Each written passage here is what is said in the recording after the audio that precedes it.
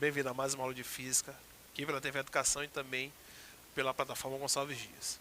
Bom, a aula de hoje nós vamos falar sobre estrelas variáveis cefeidas, né? Medidas de distância extragalácticas, relações entre as distâncias das galáxias e as suas observações, né, do passado, tá ok?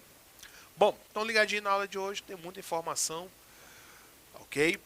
Essa aula faz parte, né, uma sequência de aula de astrofísica que você se perdeu, você encontra lá na plataforma Gonçalves Dias. Isso também se você queira aí revisar, você encontra também lá na plataforma Gonçalves Dias, tá ok?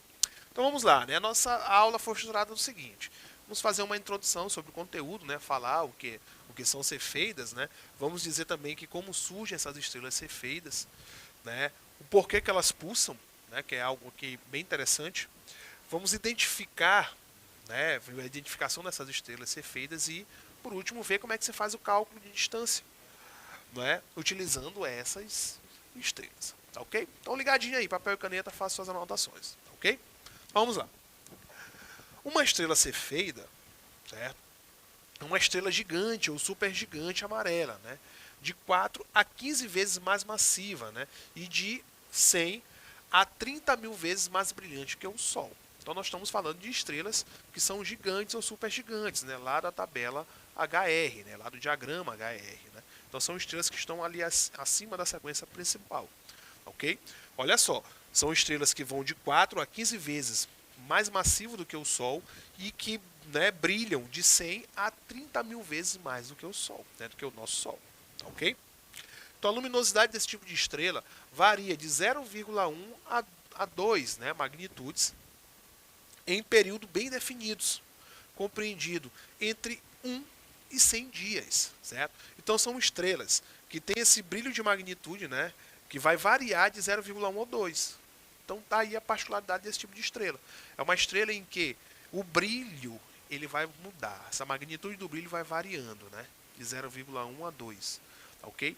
E a gente consegue perceber essa mudança no brilho da estrela no intervalo compreendido entre 1 e 100 dias, né? 1 e 100 dias terrestres. Tá ok? Então a gente consegue perceber que essa estrela mudou de brilho através desse intervalo de tempo. Certo? Então, por isso que é chamado de estrelas variáveis, porque tem uma variação no seu brilho quando nós observamos aqui da Terra. Certo? Então ela pertence à classe de estrelas variáveis pulsantes. Ok? Justamente por conta dessa variação no seu brilho. Certo? Então a ideia que nós temos é que ele está pulsando, né? Então ora o brilho é menor, ora o brilho é maior, então, menor e maior e por aí ele vai ficando, né, nessa pulsação. E ocupa a faixa de instabilidade do diagrama HR, né? Então ele ali é uma estrela instável dentro do diagrama, certo? O nome Cefeida vem do protótipo de estrela delta Cepheid, né? Ela tem um papel importante na determinação de distâncias extragalácticas. Então nós utilizamos a Cefeida, essas estrelas que brilham, né? Que tem essa mudança na magnitude do brilho, tá, ok? Da sua luminosidade. Nesse período que a gente consegue observar aqui da Terra, nós utilizamos elas para fazer essas medições extragalácticas. Então nós utilizamos para poder saber qual é a distância que nós estamos de galáxias, né, fora da nossa, né, fora da Via Láctea, né, em outras galáxias. Então a gente consegue fazer essa medição através desse tipo de estrela. Ok? Em 1595, um pastor luterano e um astrônomo amador observaram a estrela, né, o Celt, pertencente à constelação de Cetus, né, que é a constelação de Baleia. Perceberam que, durante algum tempo, ela não era visível no céu, mas depois voltava a aparecer. Olha só. Então eles observaram em 1595 que existia uma estrela, tá certo? Que é a estrela o Celt, lá dessa constelação de Baleia, em que épocas do ano, né, alguns dias essa estrela ficava invisível e outros dias, né, em outras épocas as estrelas ficavam visíveis, tá certo? Então ela voltava a aparecer. Por isso ela recebeu o nome de Mira. Mira que vem de maravilhoso em latim. É uma estrela que era chamada de maravilhosa justamente porque ela tinha essa pulsação. Ok? Esse fato ocorreu porque a magnitude dessa estrela varia de 2 a 10. Isso a olho nu, né? Certo? O olho humano ele não enxerga magnitudes acima de 6. Então ela olhava aí de 2 até 10. No caso, olhava de 2 até 6. Né? De 6 para lá, o olho humano ele não enxergava. E o telescópio, né, só foi inventado em 1608. Por volta de 1660, seu período de 11 meses foi estabelecido. Certo? Então, ela aparecia e desaparecia no período de 11 meses. Né? Passava 11 meses desaparecida e 11 meses aparecida. Né? Certo? Na época, acreditava-se que seu brilho oscilava porque manchas escuras em sua superfície às vezes ficavam voltadas para a Terra. Então, eu imaginava o seguinte, que a estrela ela tinha uma certa quantidade de manchas, né? E por uma questão de posicionamento tanto da Terra quanto dessa estrela, então parte do ano, né, nesse período de 11 meses, a Terra ficava voltada, né, a estrela ficava voltada para a Terra nesse local, né, nessa superfície de bastante manchas. Então acreditava-se que ali não tinham brilho por conta dessas manchas. Né? E na outra época, a estrela, né, estava voltada para a Terra, ou o posicionamento se dava por conta de um local, né, uma superfície da estrela em que não tinha essas manchas. Né? Então a luz ela conseguia aí ser transportada, né, sem nenhum problema. Hoje se sabe que, na verdade, Mira é uma estrela binária composta por uma estrela pulsante irregular, né, de longo período, que vai de 100 a 700 dias, né, e por uma anã branca. Tá ok?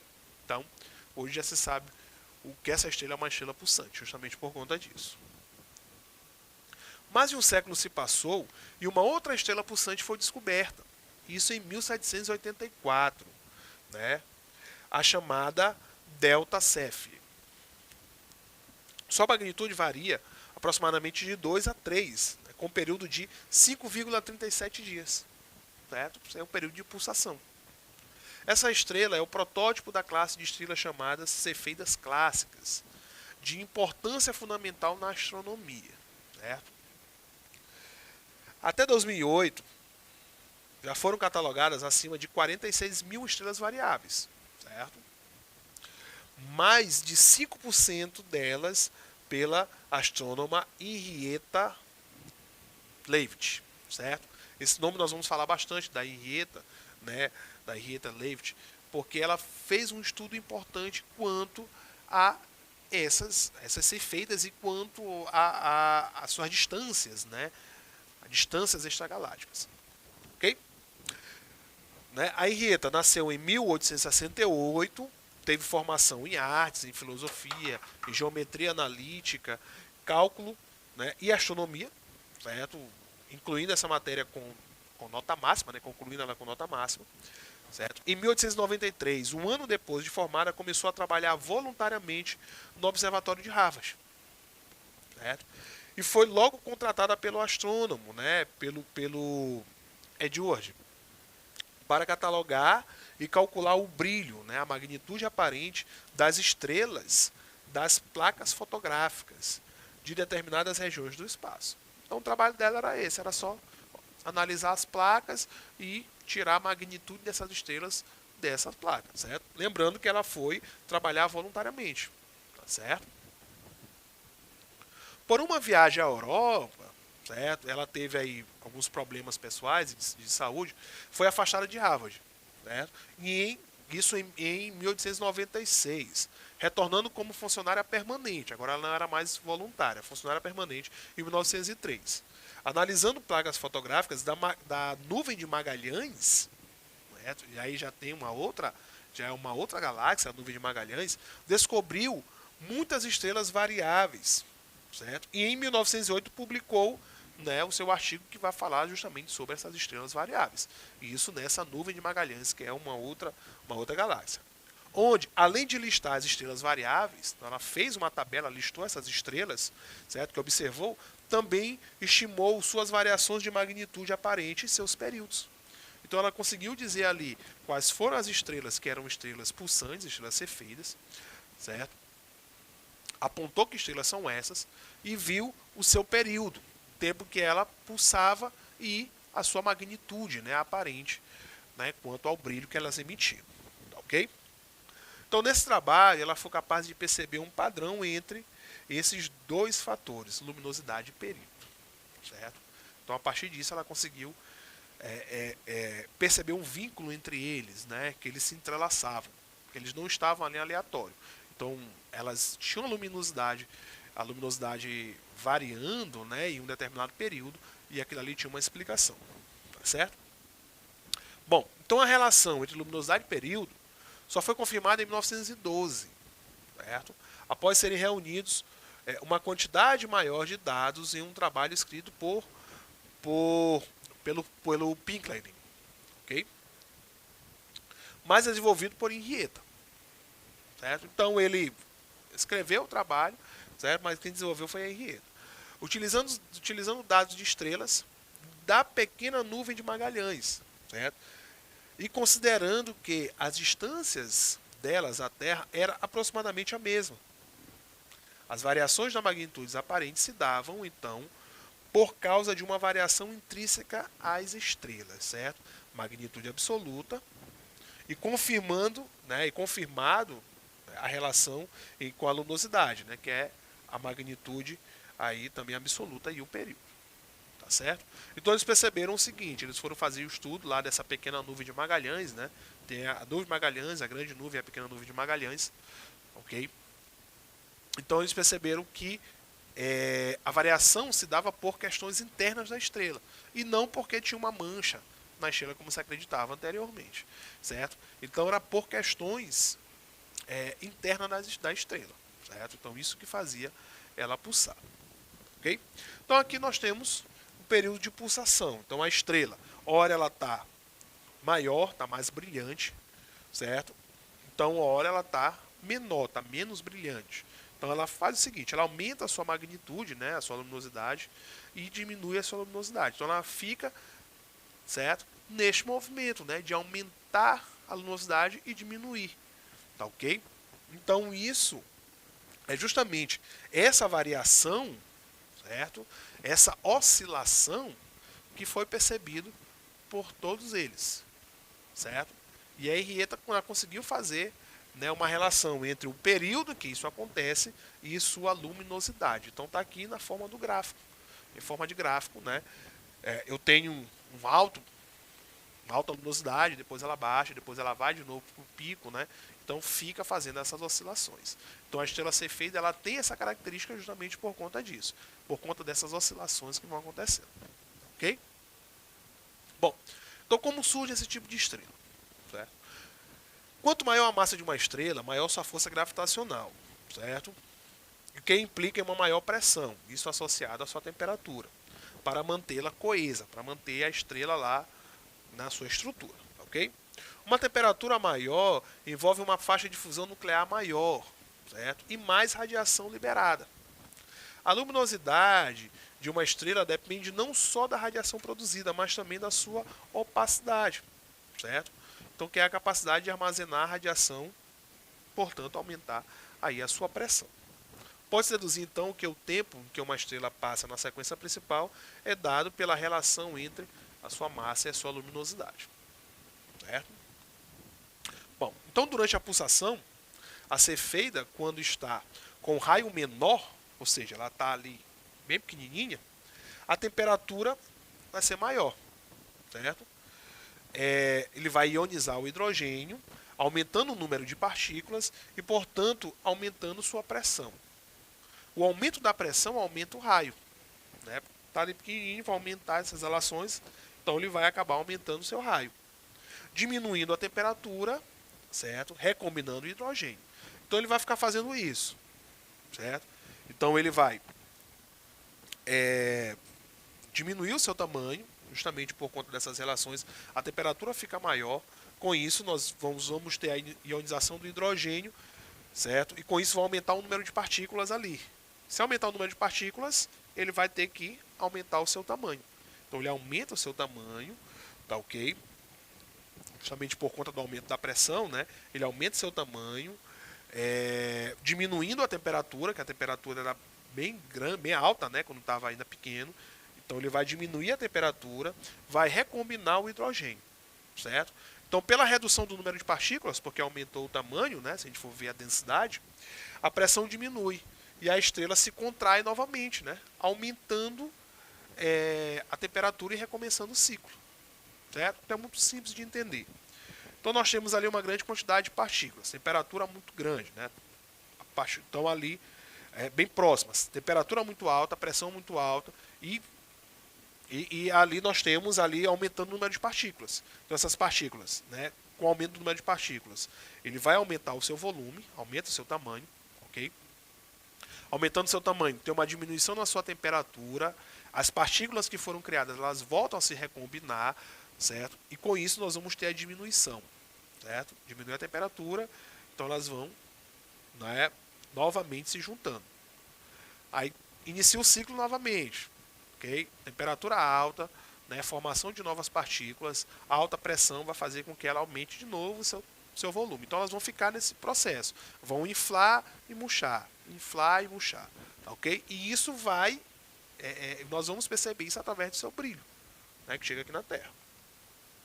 Então, para identificar e classificar, né, que nós chamamos de tipo 1 e tipo 2, uma estrela, é necessário o uso de espectro de curva de luz, certo, dessa estrela. Então, portanto, né, por meio do espectro, descobre-se se a variação de seu brilho é devida a um sistema binário de estrela, né? Sistema binário são duas estrelas, uma que fica ali em torno da outra, né? No sistema binário, ó, uma gira em torno da outra, tá certo? Né, o sistema binário de estrelas, ou se é por causa de variação de pressão, de radiação, né? Que é a pulsação, aquilo que nós estávamos falando. Além disso, também classifica-se essa estrela no diagrama HR, certo? O diagrama que nós já vimos em aulas passadas, com a curva de luz, né, que é o gráfico de luminosidade, de uma certa faixa de frequência pelo tempo, certo? Então é possível diferenciá-la entre o tipo 1 e o tipo 2, certo? A parte de curva de luz, de diminuição de luminosidade, ser feita do tipo 2, né? E a mais inclinada, que é a do tipo 1, ok? Então, nós classificamos lá dentro do diagrama como tipo 1 e tipo 2 a ser feitas justamente nas categorias em que elas vão ocupar, se é uma estrela binária ou se é pela recombinação dos materiais, né, dos seus elementos. Ok? Qual é o cálculo que nós fazemos, né, de distância utilizando a cefeida, certo? A relação empírica entre o período de uma cefeida, tá certo? P em dias, nós representamos pela letra P, e sua magnitude absoluta, né, que é dado pelo MV, é dado por esta equação, né, que é menos 12,76 log de P menos 1,4. Lembrando que esses valores, o 2,76 e 1,4, eles podem sofrer variações. Isso vai depender também do material em que você vai procurar, do livro que você vai estudar. Mas são valores muito próximos, tá, ok? Então eles podem sofrer essas variações para valores bem próximos, né, um compensando o outro. O certo é que nós temos esta equação. Esta equação a gente consegue calcular a magnitude, certo, absoluta, e também a distância, certo? A distância D, ele é dado por 10 elevado a magnitude, né? A subtração das magnitudes, mais 5 dividido por 5. Então, com isso, você consegue encontrar ali a distância. Vamos fazer exercício envolvendo também esse tipo de equação, ok? Então, essa relação é derivada de dados coletados de cefeidas, cujas distâncias foram determinadas por outros métodos, ok? Então, as cefeidas têm um papel muito importante como padrão de medida de distância no universo, graças à relação de período e luminosidade que as caracteriza, né? Quanto mais luminosa for uma cefeida, maior será o seu período de variação, né, de brilho. Pois, quando maior o volume da estrela, maior será, né, o trajeto em que as ondas de pressão deverão percorrer, tá, ok? Então, esse é o tipo de equação, né, e as cefeidas a gente utiliza justamente para poder fazer essas distâncias entre as galáxias, ok? Então a gente pega estrelas, né, que elas acabam pulsando, e com isso a gente consegue ver, através do período de pulsação, saber qual é a magnitude dela. E através dessa magnitude a gente saber aí qual é a distância em que nós estamos calculando, né? ok? Então, é uma situação bem simples hoje para a gente poder calcular através desse método, tá ok? Bom, então, finalizamos a aula de hoje e até a próxima.